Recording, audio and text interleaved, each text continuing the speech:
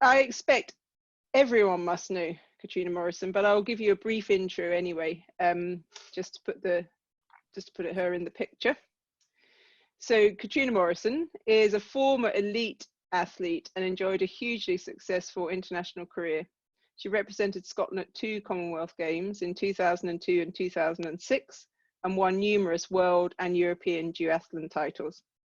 Cat's wins also include many Ironman 70.3 events, including St. Croix 4 times, and UK Ironman, and Ironman Texas and Ironman Lanzarote.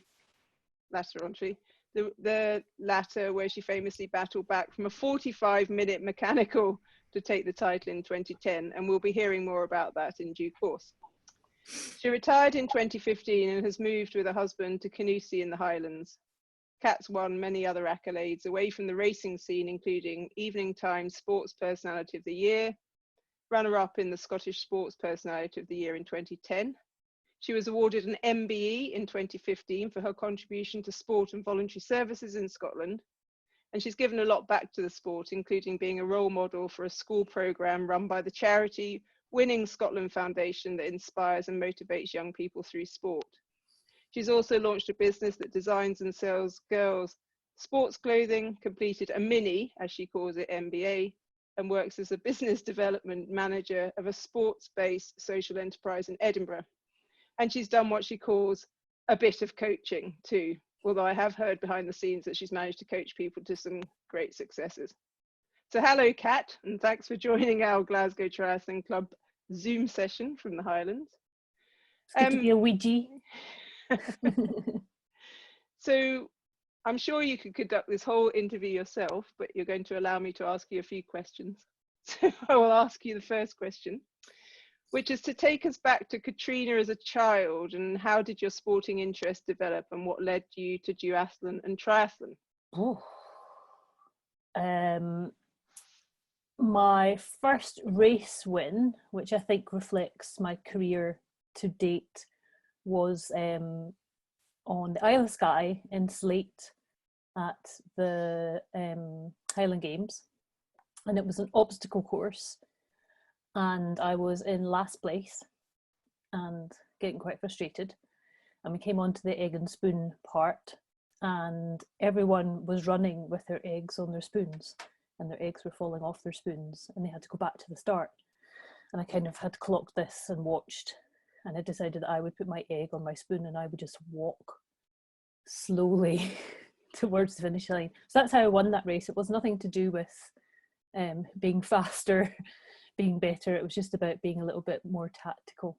And so how old were you then when you did that? I must have been about maybe 5 or 6.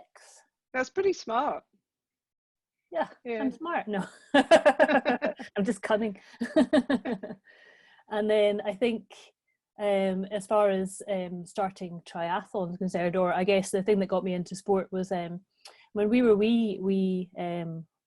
or when I was wee, my dad had a job in Papua New Guinea, working on an oil palm refining plant, and we went there as a family and spent about a year living in PNG. And on the way home, we went to visit my cousins in New Zealand in Christchurch, and my elder cousin Pauline was a swimmer.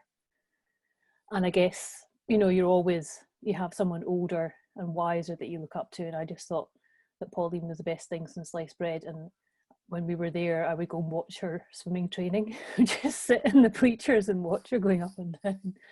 But that was the thing that I really wanted to do. So when we got back to Scotland, I joined White Inch Swimming Club, and that was my first kind of proper club environment. So you're from Glasgow then? Mm-hmm. Originally, but you have lived in Edinburgh as well, haven't you? Kind of. Did you? I lived in Broxburn for about 15 years, just on the outskirts of Edinburgh. I couldn't afford to live in Edinburgh. Yeah, that's a question we're going to come on to actually. So when did you first take part in duathlon and triathlon? So did you sort of go through the swimming club, sort of progression from swimming club to triathlon like many people? Yeah, I swam until I was about 14, first with White Inch, and then moved to Mullingar and Bearsden, M&B, at the time when Alison Shepherd was, I guess, probably at that time, I think she was the youngest Olympian. She was 14. And it's pretty cool if you're a 10, 11-year-old and there's someone in a lane next to you who's going to the Olympics. And that was pretty special. And that was another role model, a great inspiration. Not that it was anywhere near Alison's swimming standard, but that's where I started swimming. And then when I started swimming, because a lot of people get to the point, especially when you're growing up, where they just kind of reach a peak in their swimming, and that's what happened to me. I didn't get any faster, and what stopped me from wanting to maintain my connection in the swimming club was that all my friends had moved up a squad, and I lost my little social bubble, because the swimming was almost secondary. It was always just somewhere that you went to hang out with your mates of an evening, and I lost that. And so I stopped swimming, and that's when I started running with the City of Glasgow. And so then from there you went, did you get into running and progress at running before you then got into triathlon and duathlon? Yeah, triathlon and duathlon didn't happen until I ran through university and then went to Canada to do my master's in Canada at the University of Alberta in Edmonton. And after the first year that I was there, I had knee surgery. And one of the things that I just decided to do coming back from the knee surgery was to start swimming again. And a friend was selling a bike, and I decided at that point, the surgeon had told me I could run in 10 weeks' time, so I entered a triathlon on day 1 of week 11 basically, and I did my first ever triathlon, much to the disgust of the women. Actually, she finished first, I finished second, but we got to the run, and I was allowed to run for 2 minutes. So every 1 minute 50 seconds, I appeared on her shoulder, and then I had to stop and walk.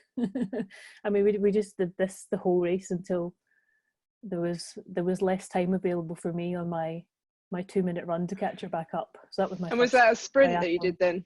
Yes, it was a sprint triathlon. And the strange thing about this was that I can't remember exactly where it was, but I do remember just the rows and rows of cars on the way to the church on the Sunday morning, and just feeling really, really exposed, because I was out running around this residential neighbourhood in a swimsuit with all these people dressed in their Sunday finery to go to church. Why did you have knee surgery so young? You would have been still in your 20s. Went as part of my research for my master's, spent a field season in the high Arctic, so got to fly right up to Devon Island, and then up to my field sites were on Axel Heiberg Island in the Queen Elizabeth Islands at I think 89 degrees north, so way out in the middle of nowhere. And had a field assistant with me and a shotgun, and Roy had to sit in the middle of the kind of triangle that I had designed for my running training, just in case the polar bear came. And so he was in charge of polar bear deterring duties. And I didn't actually do a lot of running that summer, because I was just doing this massive field season, and came back from the Arctic and went out to visit Richard, who was in New Zealand, and then just went from the same old story, that you go from zero to hero. Had done bugger all running, and then was let loose in New Zealand summertime for 3 weeks and just completely overdid it, and just injured myself, and ended up with calcification in my patella tendon, which had to be scraped and repaired. So yeah, and I'd like to say that I learned from that experience, but hey ho. So 4 surgeries later. Just for background, Rich is her husband now. So what point did you then start to realize you were going to become good at duathlon and triathlon, which clearly you are, but there must have been a moment or a race where you suddenly thought, well, I can take this a bit further? I after my master's, I came back to the UK. I think I had a summer here, and then I headed out to New Zealand to work. I took a working visa to join Richard, and he was doing his PhD at that point, and I joined Wellington Triathlon Club. And within my first season, I think I had won the New Zealand Duathlon Championships, the New Zealand Sprint Triathlon Championships and the standard distance. And the sprint was extra special because I remember having to ask the race official in the transition zone to instruct me on how to put my bike onto the rack because I was just really confused. So that was the start of doing my triathlon stuff. And Richard's brother got married in the UK at Cullen actually, and we came back for his wedding, and it was the same time as Darren Smith had started as the first full-time paid triathlon coach in Scotland. And I took the opportunity when I got back to go and just meet Darren and say hi, and he was the one who said, well, I think you need to think seriously about if you want to do triathlon and do a bit more of it, because it was also the time when the selection period for the Manchester Commonwealth Games was coming on. So that's how I got involved in triathlon. Yeah, and so then you did go to that Games, I think, didn't you? So you went to, yeah. Which ones you've been to? Two? Manchester and Melbourne. So yeah, Manchester, I can't remember exactly, but at the point where I lined up on the pontoon in Manchester, I think I could still count on one hand how many standard distance triathlons I had done. And that was 2002, wasn't it? Yeah.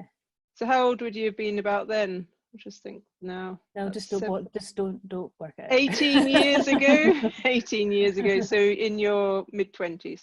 Yeah. Yeah. And can you remember that event, that race? Oh yeah, I just remember a lot of people saying, "Oh, I saw you on the television and you were smiling and you had a grin from ear to ear," and I remember replying that actually I wasn't grinning. I was pretty much ready to cry. I was just so overwhelmed by the walk down onto the start line, because the way it worked in Manchester, you were going down into the canal, and on both sides there were high-rise car parks, and those car parks were just full of people. And I remember just walking down, just totally, am I allowed to swear? I will swear anyway. Yeah. You can bleep them out later. Just totally shitting myself and thinking, I actually just do not want to be here right now. Like, I am completely petrified. And everyone's like, yeah, you looked really, really happy. I was like, no, I didn't want to be there. Can you remember how you did in that race? I don't know what your results were. I think I was 14th. It wasn't a particularly good race. But it was an amazing experience, and true to form, as soon as, in any race that you do, no matter how big or how small, almost as soon as the gun goes off, it's almost like you go into autopilot. Yeah. But getting to the start line, even on the day, is one of the hardest things to do, no matter all the preparation that you put in beforehand. Just stepping up to the start line is sometimes the biggest challenge. Yeah. And then you went again in 2004. Where was that one? That was Melbourne. And how did that go? It was actually really pants. That's when I decided that I wasn't doing any more triathlon. I think what was more frustrating about Melbourne is that 4 years later, I had progressed much more as an athlete, and I had higher expectations of myself. And I had spent 4 years, just being surrounded by great people and getting a lot of help from the triathlon community and friends and family, and I felt like I owed them a performance. And when I didn't perform, I was more upset because I felt like I had let everyone else down than actually with my own performance. That hurt too, but the bigger hurt was my perception of the lack of gratitude that my performance had shown. And it took like, sorry, Karen. No, Karen. And that really hit me hard. I was just not in a good place after that. And it's easy to say, oh, it's only a sport, and it is only a sport. But I think whatever you do in life, when you invest yourself 110% into something and it doesn't go the way you want it, then you do take a bit of a hit. Yeah. But that's when I decided that I would where I would stop doing triathlon and do a bit more duathlon. Which you are very successful at. So there's a whole... Yeah, I have a list here of amazing, like, gold medal World Duathlon Championships in 2006, 2007 gold in the World Long Course Duathlon Championships, gold in the European Duathlon Championships, bronze in the World Long Course Triathlon, and then 2008, gold in the World Long Distance Duathlon Championships, silver in the World Duathlon Championships, 2009, gold in the European Duathlon Championships, and so it goes on. And were you a professional at that point? Had you decided that's what you were going to be doing full time? I can't remember the exact timeline. Between 2002 and 2004, I'm just trying to think. I went to university. I went to University of Stirling to do a master's in environmental management, which I never finished. That's got a triathlon link as well, but I started doing that. I think I started it full time, and then I went on to part time, and then because I knew I was going to the Commonwealth Games, then I deferred. I kind of stopped, and they said, "Oh, you can come back anytime," thinking that I would actually come back. And then eventually I got this nice letter from the university to say, "We've just decided to award you this certificate." It's like the certificate for turning up. Well done, you came to the classes. Now will you get off our books because you're making us look bad because you've not graduated yet. However, the registrar at that point, what's his name? Oh, I'm going to have a mental blank now. I can see his face. Douglas, I can't remember his second name, from Stirling Tri Club.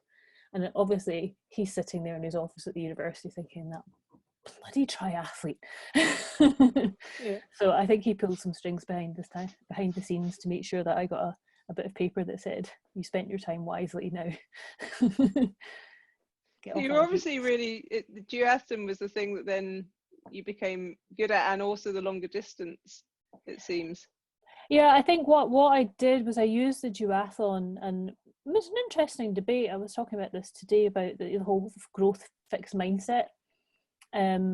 I took such a hit in the triathlon because I just didn't seem to be able to get to that point where I needed to be in the second pack for the swim, and it really dented my confidence, and I felt like I needed to almost retreat into things that I knew that I could do well to build my confidence back up to a point where I felt like I was ready to do some more triathlon. And by the time I did that, I was more interested in the half distance as an event, and part of that was that I'm quite a Puritan when it comes to racing, and I like the effort to reflect 110% of the athlete, and for me that meant there's no drafting.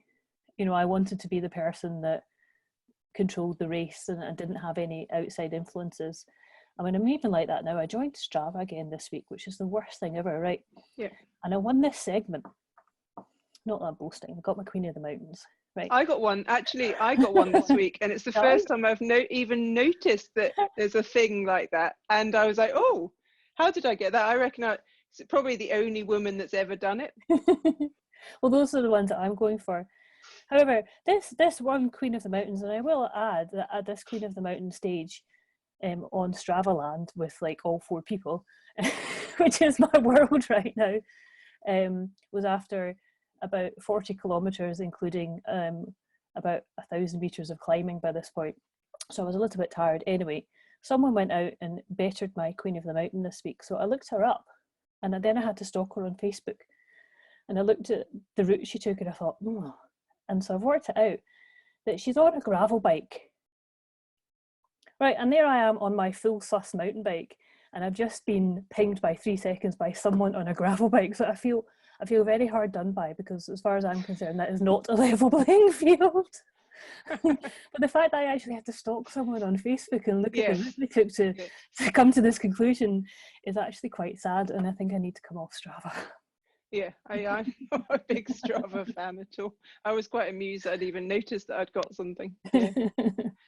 So what do you think it's a sort of purist thing of the fact that duathlon didn't have the drafting? It was a bit longer distance as well. So I guess that's a little bit. Duathlon does have the drafting. That's a little bit unfair of me.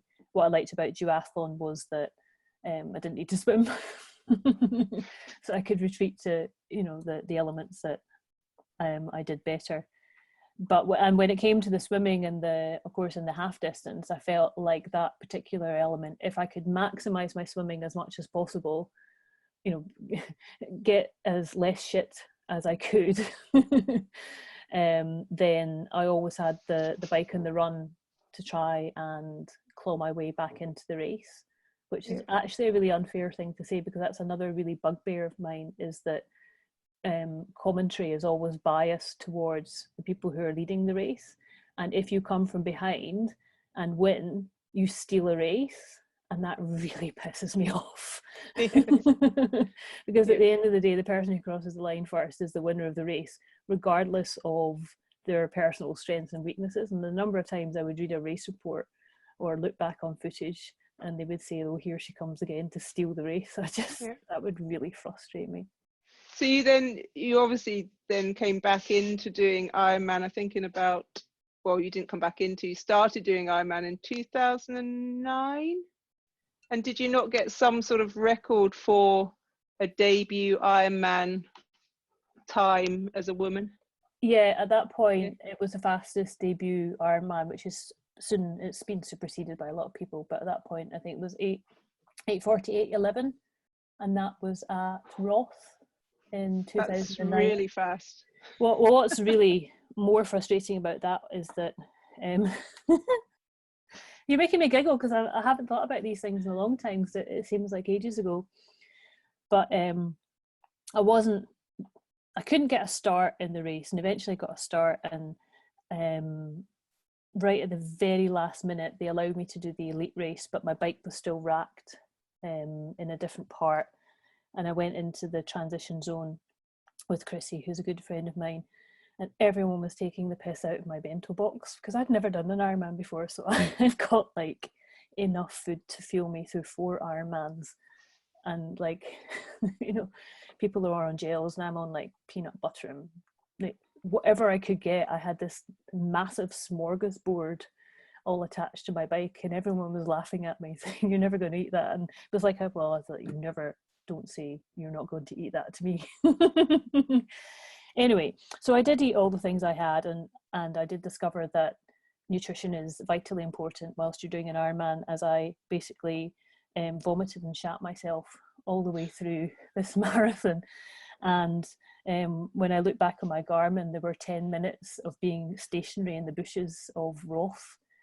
So if I hadn't been stationary and vomiting and doing all those other things, I could have actually had a really humdinger time.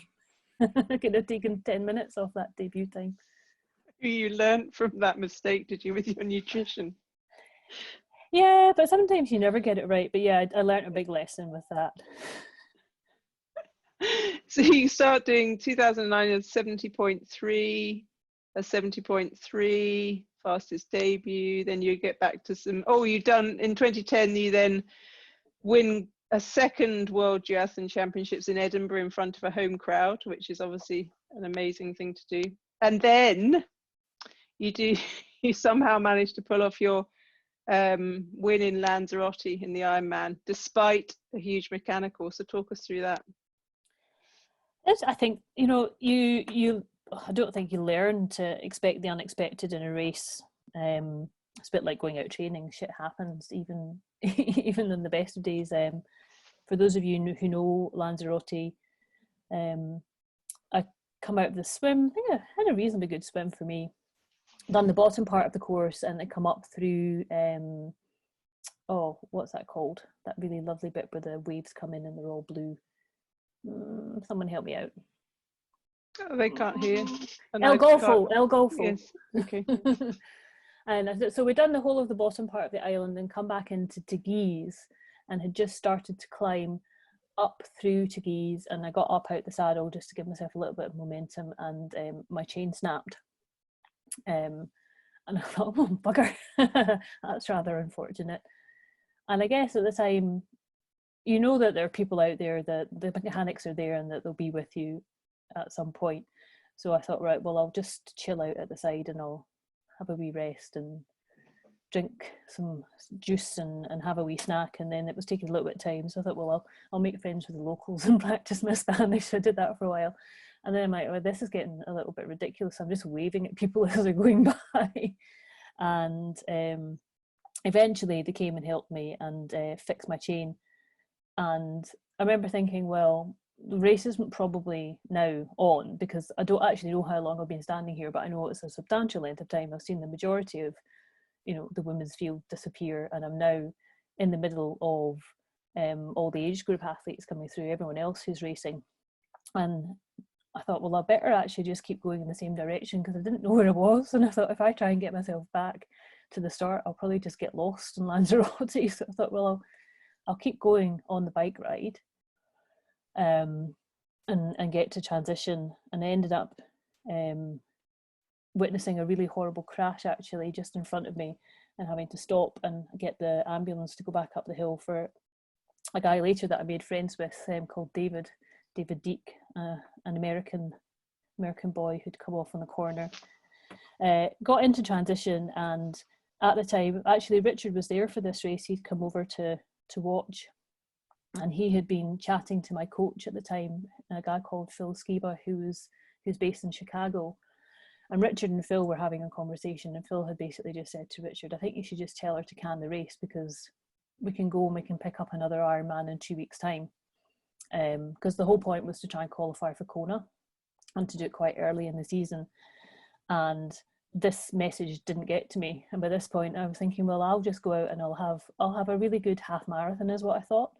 I thought I'll do the half marathon because I don't want to commit to a marathon, because I know that I'm thinking even myself that I need to probably wait and compete again in 2 weeks' time. But I know I can recover from the swim, the bike, and a half marathon. So I thought I'll do just the half marathon and then call it a day. And by the time I got round the half marathon, I had worked out, or Phil and Richard, and Phil's very mathematical. He'd been working out all the calculations, and he's got the run rate, and he's got the two people coming together, and he's saying to Richard, just make sure she keeps going, she's going to catch her. And about, I think it was 5 kilometers from the finish, I overtook the girl who was in the lead, who herself, I can't remember her name, but she was doing her first Ironman and was a rower and was an age group athlete. So all the chat was about her and how amazing this race was for her. And then I overtook her at 5k to go, and I deliberately ran around off the course behind the cars and back onto the course, because I thought, if she sees me and she latches onto me right now, then there's, I don't actually think I'll be able to hold her off. But wow. I did, and I won, and that was pretty exciting. That was amazing to come back from that. Do you know, so how long were you off the actual bike? It was, I think it was between 40 and 45 minutes. Oh, yeah. That's incredible. And that then got you to Kona. Yeah. And you've actually competed at Kona 4 times, haven't you? I think so. I couldn't remember exactly. I've been there 4 times. I think I finished 3 times. Yeah, but it's not been the most successful racing for you, has it? No, I didn't really ever perform at Kona for a variety of different reasons, and probably actually mostly against myself. And also, Kona is a very particular, for any of you who are qualifying and trying to get to Kona, it's just a really particular race, and you don't ever get the opportunity to experience the environmental conditions, which are just horrifically different from the UK. And it's also it's one in of terms those of is it the heat, and there's the heat, the humidity, and the wind, and the course is a very strength dominating course. It really suits athletes who are good on that kind of long undulating terrain. So it's not mountainous, but it's not flat. And it suits a certain type of athlete. We didn't gel, but I really enjoyed the holidays. Kona's obviously it's the last race of the season, so we'd always have a holiday afterwards. It must be very expensive though to go and do Kona, especially as an elite. It's expensive for everyone. There are so many. If you actually kind of take a step back and you think about all the things that maybe 10, 15 years ago I wasn't thinking about these things, and you're not thinking about your carbon footprint and the effect that your travel has to essentially a small island in the middle of the Pacific, where everything for that race has to be brought in, you know, has to be shipped over, has to be flown over. It's quite, you know, it's a challenge for a small island. Where was I? I'm completely off topic. Or Sorry. just saying that it must have been, you know, it's an expensive Oh yes, thing it's expensive. to do. Yeah, so Yeah. I don't think it's changed much, but you could, I mean, basically, most people try and get there around about 10 days beforehand, just to try and get over some of the travel, because it's a long way from the UK, and then to deal with a little bit of acclimatization. So, and then you'll go maybe 2 days after. So essentially you're talking 14 days of accommodation, which will probably cost £2,500. Your flights are the best part of £1,000, and then it's not a cheap place to, you know, to live in terms of eating out or going and buying groceries. So I mean, it's a substantial commitment, not to mention the fact that you have to pay for your slot, and then no matter who you are, you've got to pay for your slot there and then in this highly pressurized environment after you've finished a race, and you have to whip out your checkbook. So yeah. But I mean, triathlon, that is just an example. I mean, triathlon's not, you know, it's not a cheap sport. There's no way to disguise that. It's accessible, but it's not highly accessible if you don't have the, you know, a little bit of backing or help from friends and family. It's possible, but it's not. Were you able to make a living as a professional athlete? Because I know lots of people struggle in different sports. Yeah, it's one of these sports where you know, the tip of the iceberg, the Chrissies and that in that area, like, command thousands and thousands of pounds worth of sponsorship and things. And then down at the level that I was, it very much, it's not, I never was hand to mouth, because my triathlon journey always involved Richard as he was progressing through his own career. So one of us always had a stable income. So we could guarantee that the mortgage was going to be paid. And then if I won a race, I remember winning the New Year's Day triathlon one year, and we were both really excited because, like, the car had to be MOT'd, like, MOT for the car. You know, and that don't get me wrong, that did improve, but my money was almost like the extra money, the slush money that enabled us to go on holiday or do things around the house. So I made a lifestyle, and, you know, I don't begrudge that at all. I made a wonderful lifestyle and visited amazing places and did really cool things.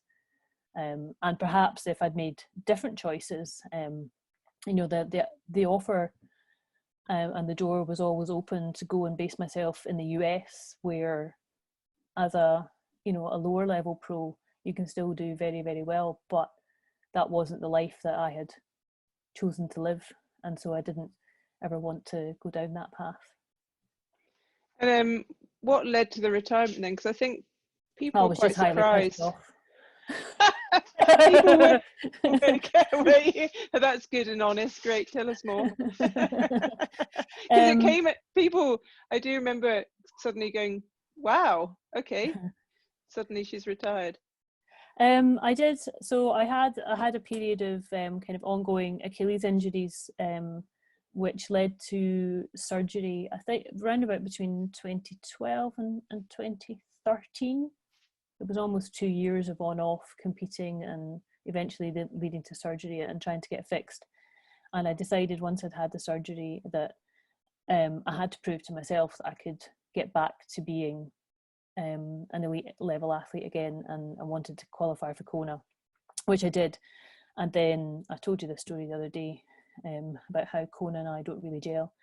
Got to Kona in actually really good shape.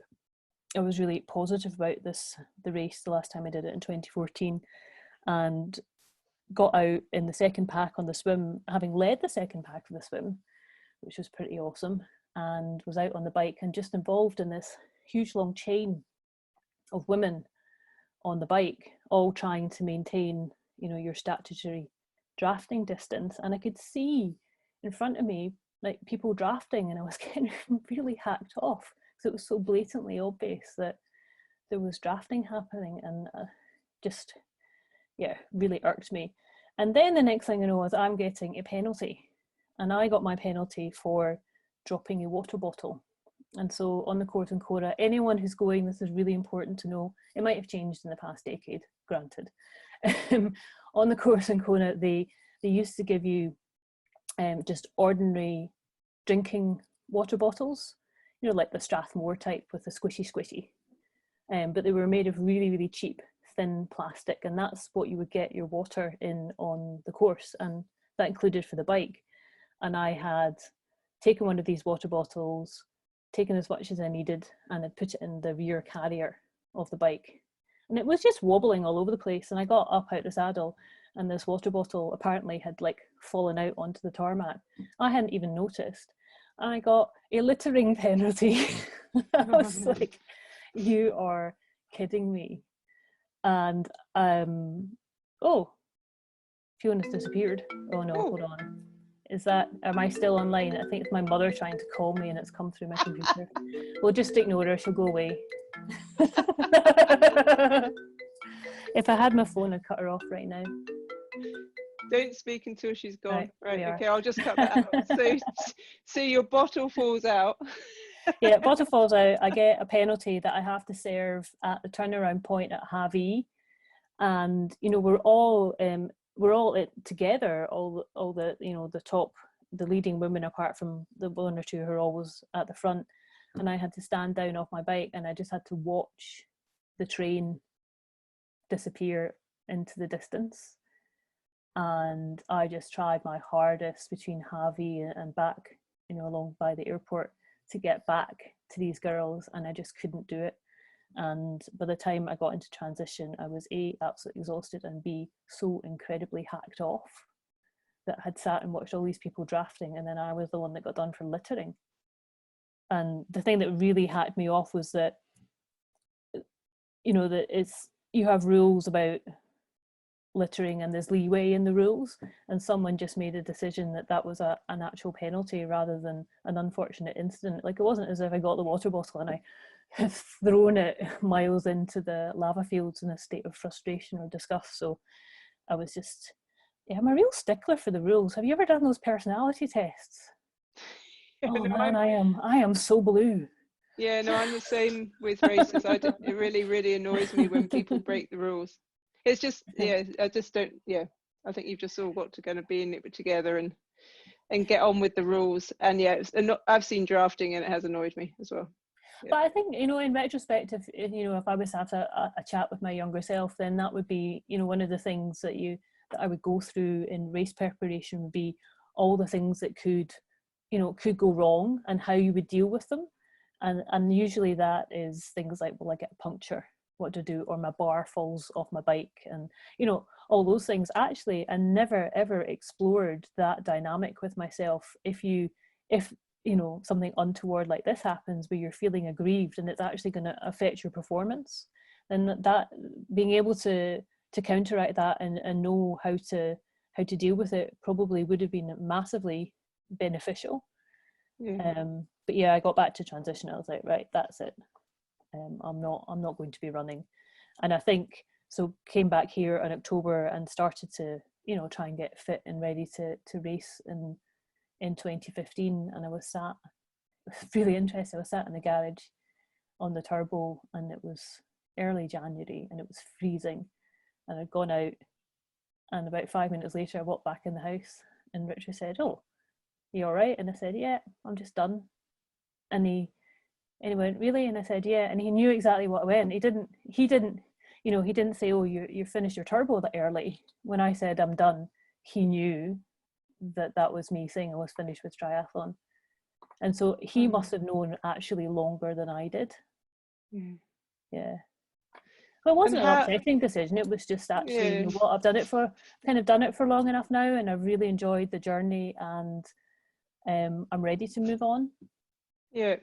And do you miss it? Or, I mean, obviously you've now filled your time with a million other different things and jobs and volunteering and inspiring and starting new businesses and doing a mini MBA and doing a bit of coaching. So I miss the simplicity. I never thought I would say this, because I used to think, oh, this is really stressful. I have to get up and I have to do 3 sessions a day and I have to do all these other things. Like, oh my God.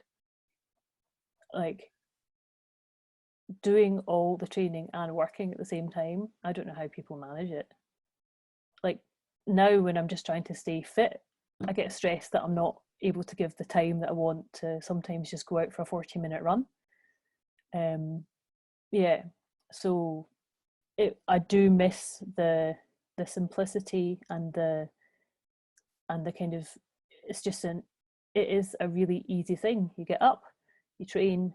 Well, no, first you eat, then you train, and then you eat, and then you sleep, and then you eat and you train and you sleep, and it's that pattern continues, and you know exactly what you're doing on a Monday and exactly what you're doing on a Friday, and it's a very structured existence. There's not a lot of flexibility, but you don't really think about that because this is how you operate.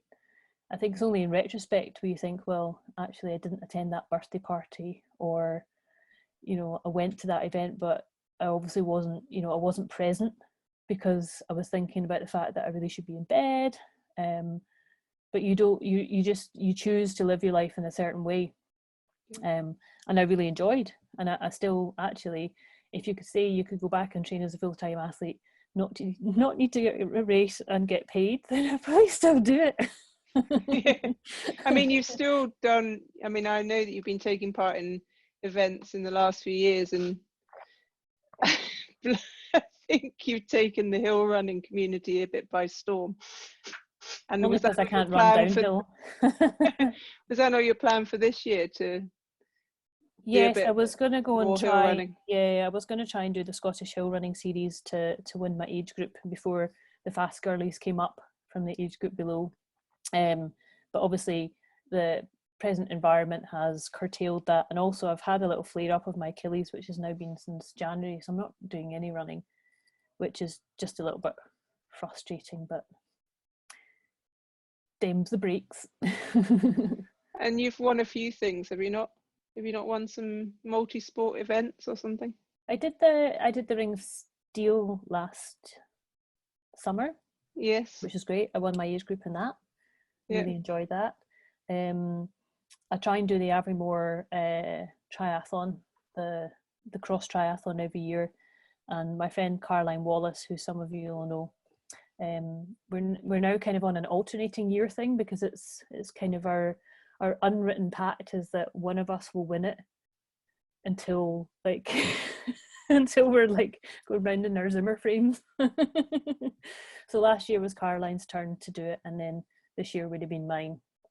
But between us, we reckon we've got a few more years of trying to win that event. And then you've got your girls' sports clothing as well, so that's that business. Give yourself a plug for that. It's just ticking along. It's not doing great guns right now, not helped by the current situation, but the whole premise behind that, and I mean the premise will still stand whether it is a success or a failure, was that I just didn't feel that there was enough sports kit for young women, regardless of what sport they wanted to take part in, and at an affordable price point for parents to be able to buy it. Because one of the things is, when you're growing, you know, you need something new every however many months, or you know, with quite a great deal of regularity. And part of me as an athlete, and I'm sure a lot of you will be the same, is that there's something about putting on your favorite bit of kit, no matter how new or old it is. You know, there's that day when your favorite running shorts come out of the wash and you're like, oh, I want to go running today because of my favorite shorts. Or maybe I'm just weird, but there's something about, you know, having that bit of kit that you really look forward to wearing, that's all part of the psychology of exercise as well. Yeah. And how do you still motivate yourself? Because lots of people would think, you know, you've got a busy job and you do you're on various boards and things, and you obviously not always got a goal of racing now. So what's the motivation? Is it you, or is it to beat other people? I thought people were always the same. It's very much an internal thing for me, competing. I always want to do as well as I can do, and that obviously then is kind of the internal drive and the motivator, and the performances just be they good or bad or reflective of that.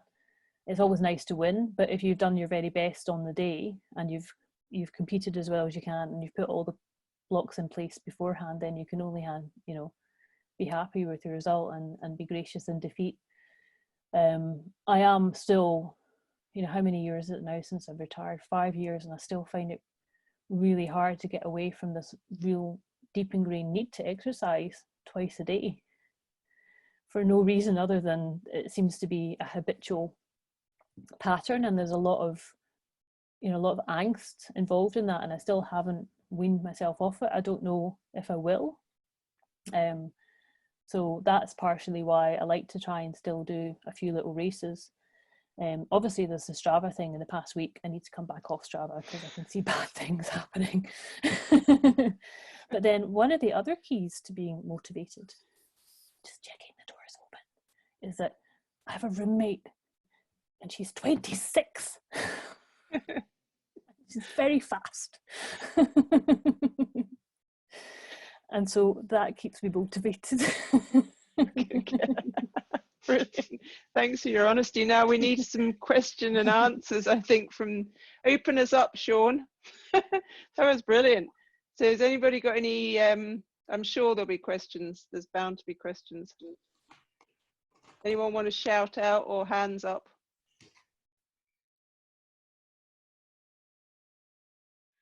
My question is, so I think you were sort of saying that your sort of MO in a race was to come from behind and try sort of move up the field that way.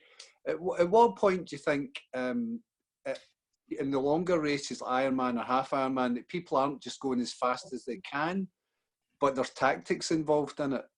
So when we're watching Kona and we're watching the top men or women, can you go out with a plan, or do you just need to go as fast as you can and then see if you're competitive?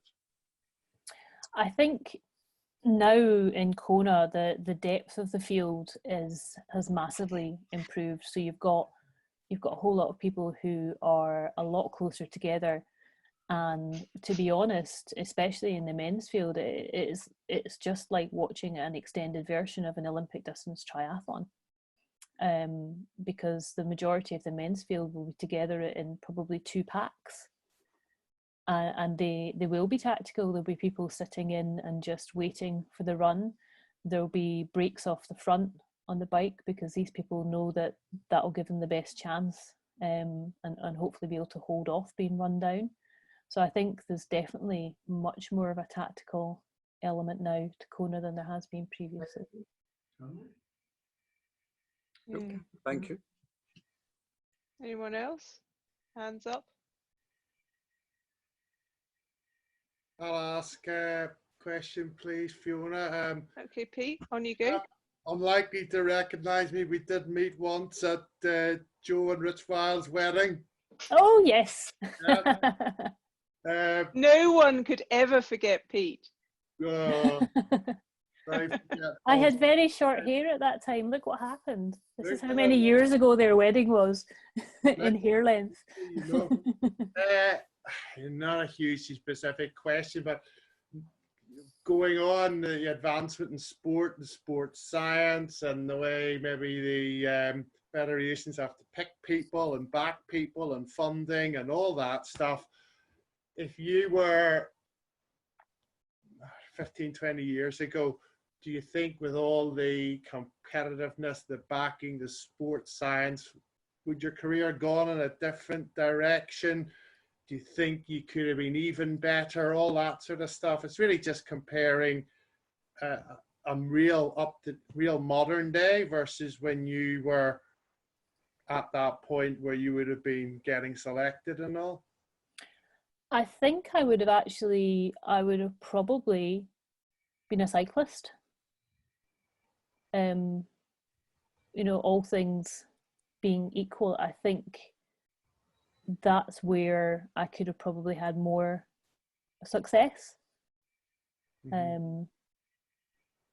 And would you have gone for that?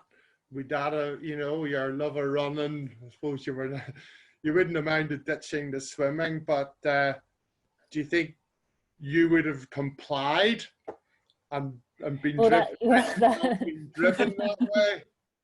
That's a really interesting question, actually. So yeah, there's the ability to, you know, on a bit of paper to have your watts per kilogram and to be physically able to do the sport. But you're right, the sport of cycling itself is a completely different environment. I don't know, at the time I was involved in triathlon, and I looked at cycling, you essentially had to sell yourself into the program, which was almost like having Big Brother monitoring everything you did. And so to be able to express any amount of individuality as an athlete, I think in cycling would have been very difficult. And then, so then your question is, would I have done that? Don't know. I might have given it a pop. Road or track, or would your numbers have sent you in either direction? I think probably road. Right. Yeah, and I still, that's one thing I think I would, if I could start getting out more regularly on the bike, and I have done recently. There's something about road cycling when you're involved in a pack, and just the dynamics and the excitement of watching, listening, reacting, and being proactive, that I used to do a Thursday night pack ride with the people, with the guys at Pedal Power in West Lothian, and I just used to love that Thursday night epic hour and a half around the loop, and never ever ever going anywhere near the sprint finish because it was always carnage. Cool. No, that's good. Thanks. I'm going to ask a question as well, actually, before the Rosses. I want to know, can you train with Rich? I think the question you need to be asking there is, can he train with me? If you want to. Do you manage to train without falling out? Well, that would require that the person that you were with was within speaking distance. Good answer. That's a really good answer. We went out last night, and actually he lasted pretty well until the first hill. I wish he was here to defend himself. To be fair, if we went out running right now, he would get me on the running. Yeah. The Rosses, your question? Oh, we can't hear you. You need to unmute yourself, or somebody needs to. Chris, it's been really, really interesting. Thank you. I'm particularly interested in your views of swimming. I suspect that you're a bit like me, and that you're think triathlon's ruined by that swim thing they do at the start. But I suppose my question is about, I suppose, whether or not you think that as a Scottish pioneer, if you like, for triathlon and duathlon, whether you feel that you got the recognition for your achievements that you feel would be warranted, given what you've achieved relative to what some of the maybe more recent triathlete, duathletes, some of the recognition they would get? I never really did anything for the recognition. I think, if anything, the sport in the UK just suffered from a lack of, I don't want to say priority, but just a general lack of media attention, which then affects the ability for athletes to gain sponsorship to and to support themselves. I mean, I look at people like David right now, you know, who's absolutely an unsung hero in our sport. You know, no one else has come third at Kona twice, and he gets very little recognition, and even within the triathlon community itself. So there's two forms of recognition. There's the recognition in your own family, which I think I definitely always gratefully received, and I feel like that was always really good. And then there's the wider recognition, and I think David definitely doesn't get a lot of that. But then maybe that's also me. I'm not really involved in the sport anymore. I keep a little eye out, but I don't read the triathlon press in the way that I did. I just wish that in general, You know, I spent a lot of years in Spain training, and you see it in France also when you go over there in the summer, and you get the newspaper, that you can open the sports part of a newspaper and you can see every sport documented, you know, from handball to cycling to swimming, and you know, your bread and butter sports, your football and everything else. So I think that's the biggest frustration. It is just that media as a whole in the UK, we don't open our arms and our minds and our hearts to other forms of sport.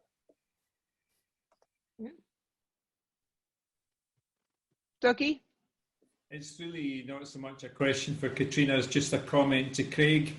I've been in the pool in Scotland with Catriona, even in the same lane, and I was very clear that my training at that point was to stay out of her way, because I can her swimming and your swimming are sadly not comparable at all.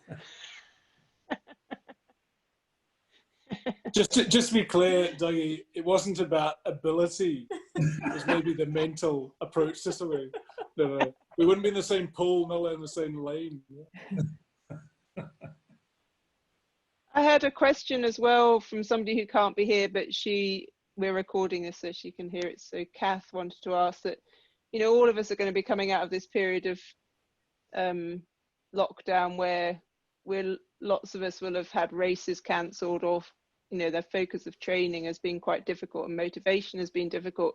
So when you come out of something like this, you know, perhaps you could liken it to when you know, a race didn't go so well, and then you've got to refocus and sort of start picking yourself up and going for something else. What do you do? How do you motivate yourself to then look ahead and sort of take that on board and look to the future? Yeah, I think right now we're all in just a little bit of a holding pattern, aren't we? It's almost like your end of season rest. It's the way that I feel, is that you know, you don't want to be super sharp and super fit, because you're going to have to be super sharp and super fit at some point in the future. So I feel like we're just all kind of just sticking around this level of fitness. Having said that, however, I had a discussion with the two athletes that I coach, and obviously they have races in their calendar, and they've all been cancelled, but they're the kind of athletes who need to have that stimulation and that goal to aim for. And what we've agreed is that the race day in the calendar stays in the same spot, and we do a time trial on that day, and we just match the time trial to whatever the race is. We're taking that out the Ironman, but anything up to half Ironman, we can still do a time trial, whether it's indoors on Swift or outdoors and running. And for the athletes that I coach, they've found that really, really helpful. So they're still actually training, albeit for a completely different goal. It's entirely intrinsic to themselves, but it's giving them that release that they need, and the point to training. And I think that's probably the easiest way to think about it. If you don't have a race to aim for, then is there something that you can slot in which is for your own personal gratification? Is that running, you know, around Victoria Park faster than you've ever done before, or is it a new PB on the watt meter in the bike in the house? It's about setting yourself these little targets that give you some sort of motivation to aim for. Yeah. Anybody else? Surely Dan Gates has a question. Oh, Paul's got a question. Vicky's got one. Paul. Catriona, I have to hold my hand up and say I'd never heard of you before. And I have, and you're now going to say that, and you're so upset that you haven't heard about me before, and I'm even better looking than you had thought in your head. All of those things. Good. But it's the most interesting interview I think I've maybe ever heard. You've not listened to a lot of interviews, have you? I listen to so many podcasts, and it has been so interesting and so inspiring. And you're so humble about your achievements, and I think you should be more, I don't know, I think more boastful, is that a correct word? But very inspiring. I don't really have a question for you, other than one thing. My wife asked, how fast were you at swimming? Because you said you were pants, but we don't think you were. Thank you. That's lovely and very embarrassing. How good a swimmer, how bad a swimmer was I? I came 6th out of 6th in the West District Swimming Championships in the 50 metres fly. Yeah, but none of us can do fly. Yeah. To Paul. I can't remember a lot of my swimming personal bests, but I do remember 65 seconds for 100 front crawl and 2:12 for 200, 2:14 for a 200 back crawl. I was a bit better at back crawl. I was actually an okay swimmer, like I just wasn't great. What I think happened, and this is quite interesting. So when I first swam, people used to line themselves up or get lined up by their coaches on the pool deck to watch my technique, because apparently I just had lovely technique as a kid when I was swimming. And then when I stopped swimming at about 14 and went back into the pool at around about 19, I just threw myself back in the pool. I didn't attend a club, and I just developed a whole host of horrendous habits. Which, because I'd had such a break from swimming, 4 or 5 years, that I just kind of self-taught myself shite swimming, which then became neurally programmed. And then what's really, really challenging is if you have a heart and lungs like an ox, if you have the cardiovascular capacity, you can kind of negate a whole lot of really bad technique until the point where the really good technique is obviously the thing that's going to take your swimming from down here to up here. But relearning that new technique at an advanced age when you're older is very difficult. And I spent a lot of time relearning swimming technique over a good few years to get to a point where it was just solid. People won't come and look at me swimming anymore, but they might for a laugh. But I had managed to unwire a lot of that bad technique. And I think if I could go back right to the start of thinking I was going to be a triathlete, when I went back into the water, I would have damn well gone back in and had lessons again. Yeah. Vicky. So I've actually, you were talking about the whole you and Richard thing. I've got a special squad that Richard can become a part of. I don't know if you know that. Back to front, it's broken by birds. That's brilliant. And I think maybe there are a few in the company who might want a t-shirt that goes along by the broken by birds. But it's all, because obviously, like, I wasn't ever part of a huge training group, and especially, laterally when I was doing the Ironman training and the half Ironman, I'd usually try and swim with people, but I wouldn't ever really bike with people. I had a few people to run with, but cycling I would either do by myself with my watt meter, or I would have Richard stuck on my wheel, which is obviously very frustrating for him, but it was the one thing that we could kind of do together. And it's one thing that we still do together, like, so I wouldn't ever want to not be able to bike ride. I could probably deal without swimming or running, but biking is definitely something for buddies.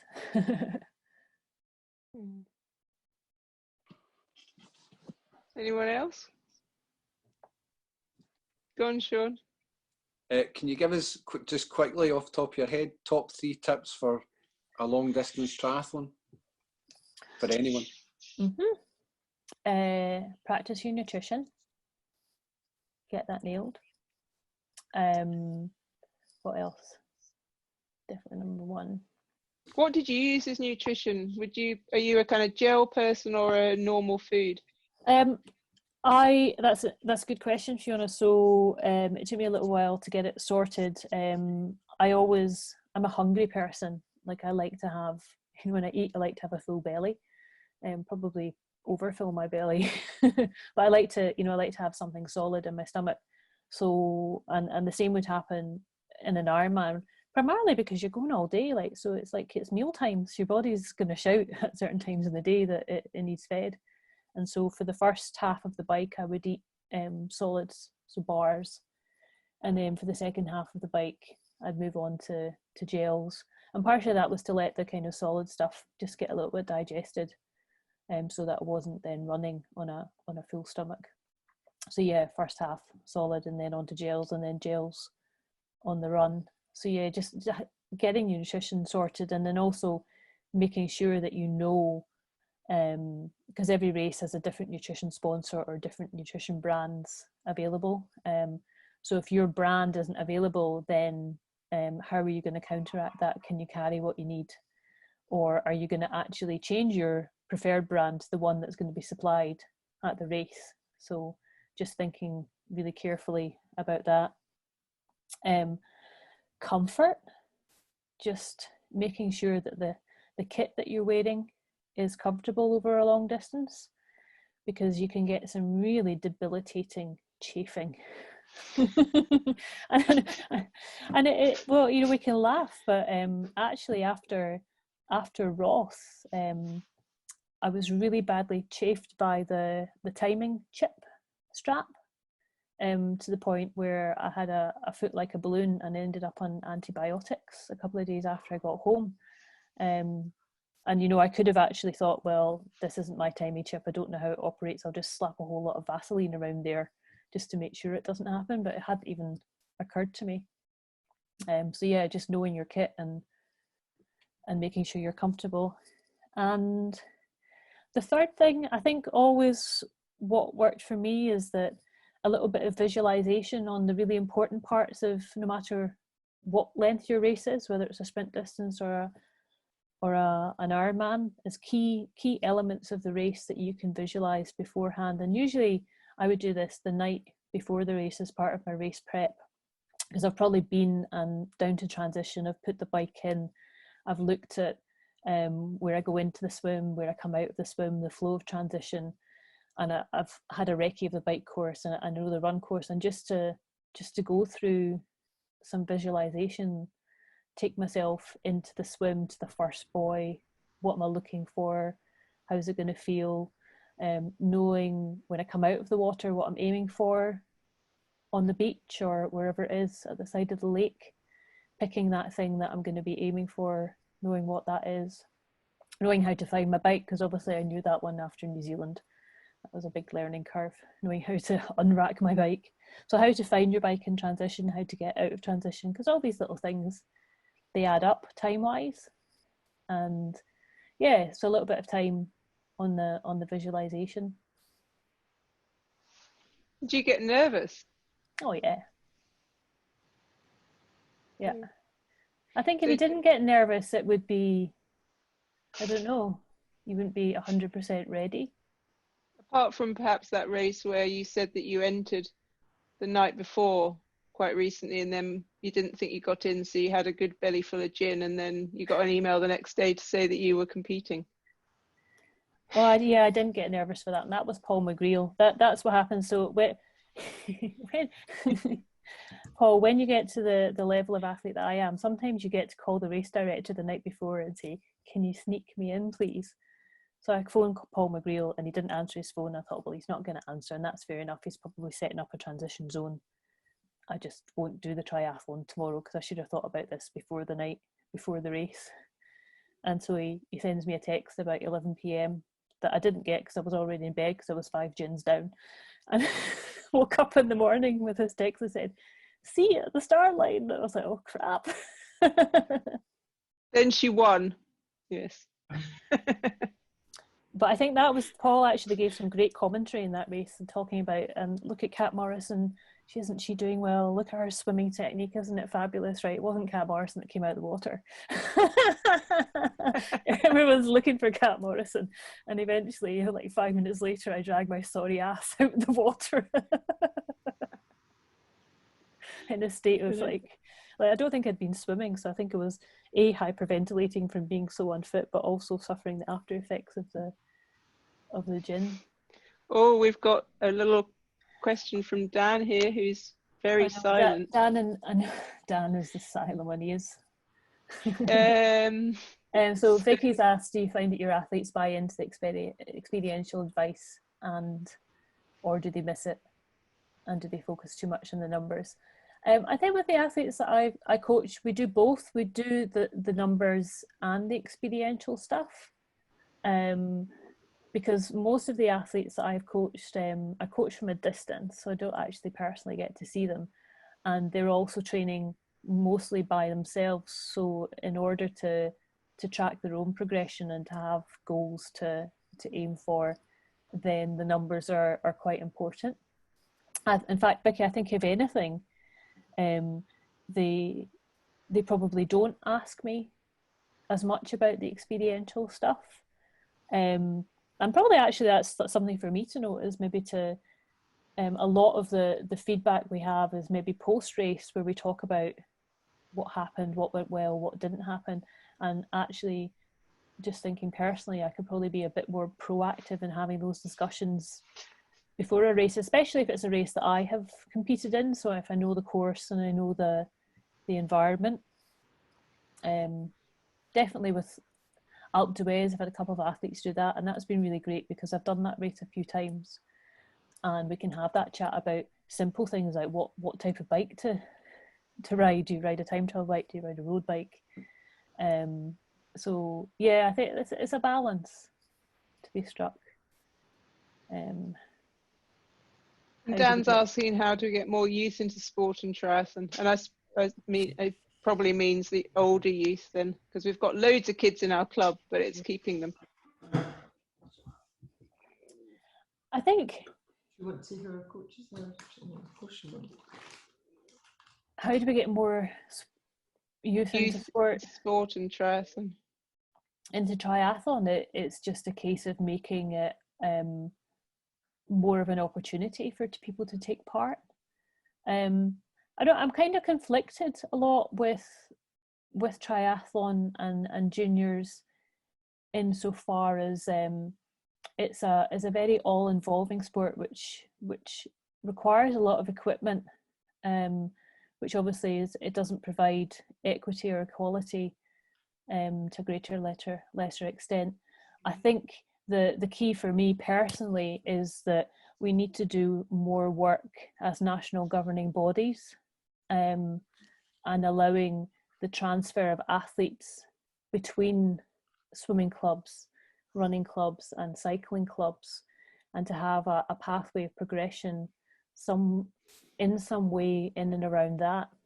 Wouldn't it be fantastic if the triathlon 1 week was run by the cycling club, and 2 weeks time was run by the running club, and then in 4 weeks time was run by the swimming club? But you always, then you've got a shared experience, because a lot of the time, if you're a kid and you're in the swimming club, you've got these kids who don't like swimming particularly, but they might find that they love cycling, for example, so then they've been exposed to something different, and vice versa. So I don't think we get the transfer of the kids between the three sports as well as we could. So I think the key for me in triathlon is to really start working more within the national governing bodies of the three disciplines, but also maybe even within local clubs, if that's a possibility. Good answer. Yeah. Anybody else? Or will we let Cat get to her bed? Or gin number two. Gin number two. What did you say, Vicky? 5 more gins to go. So she can properly compete with Rich tomorrow. It's not a race day tomorrow. We used to do the cross country at university, and I don't know, some of you might remember, Dan might remember a girl called Anne McPhail, and she was a phenomenal runner, always used to run in her Marks and Spencer's pyjama bottoms. I remember doing a BMC race in London somewhere, and the officials told her to go and get changed. They didn't want her to run around in her pyjama bottoms, which she point blank refused.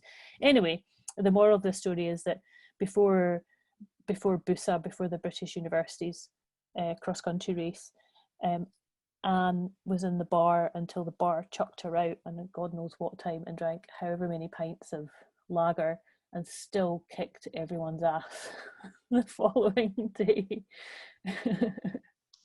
So your official biggest fan of this evening is Paul Gallagher. Oh.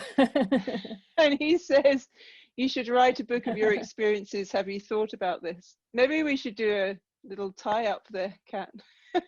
Yeah, well, we could get lots of different athletes' experiences, couldn't we? Yeah. Because, yeah. Maybe go back over the last decade or so, or more than a decade.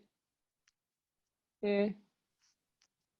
Paul loves you, I think. I know a few people who are writing books in lockdown. Yeah. A podcast host. Do you think anyone would understand me? Yes. I'm sure Kat could have interviewed herself. Sure.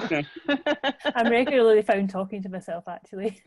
I did say to her when I chatted with her early in the week, for research purposes, which was mainly actually just a chat to catch up and then a couple of questions.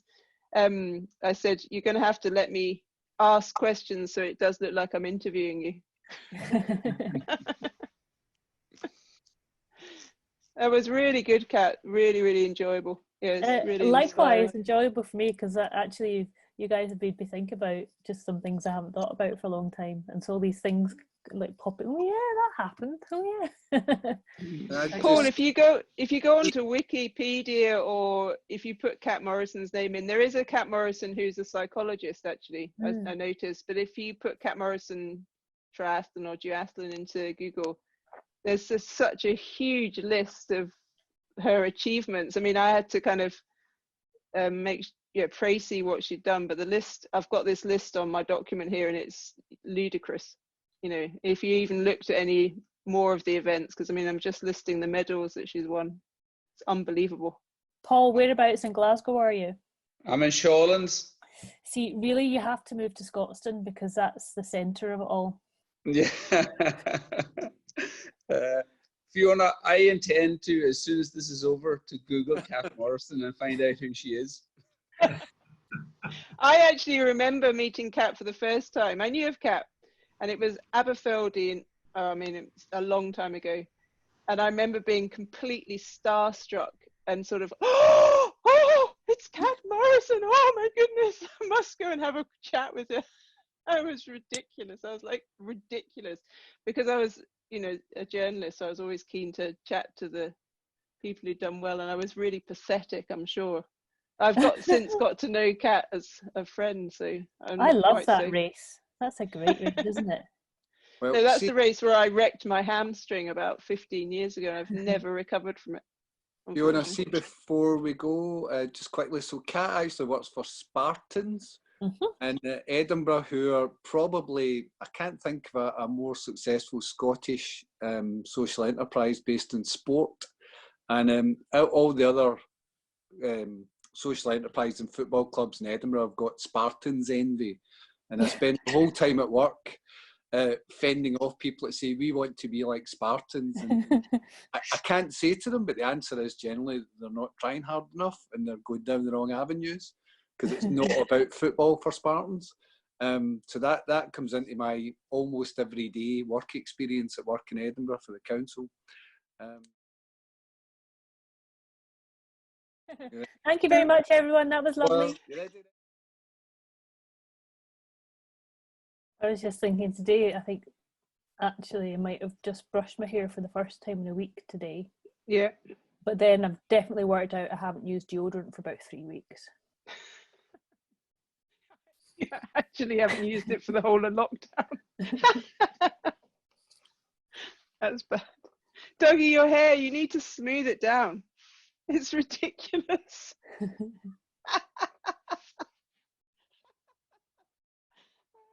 do that. It's ridiculous. Oh no, no, don't give me the giggles. Right, we better start because I'm going to lose it, I think.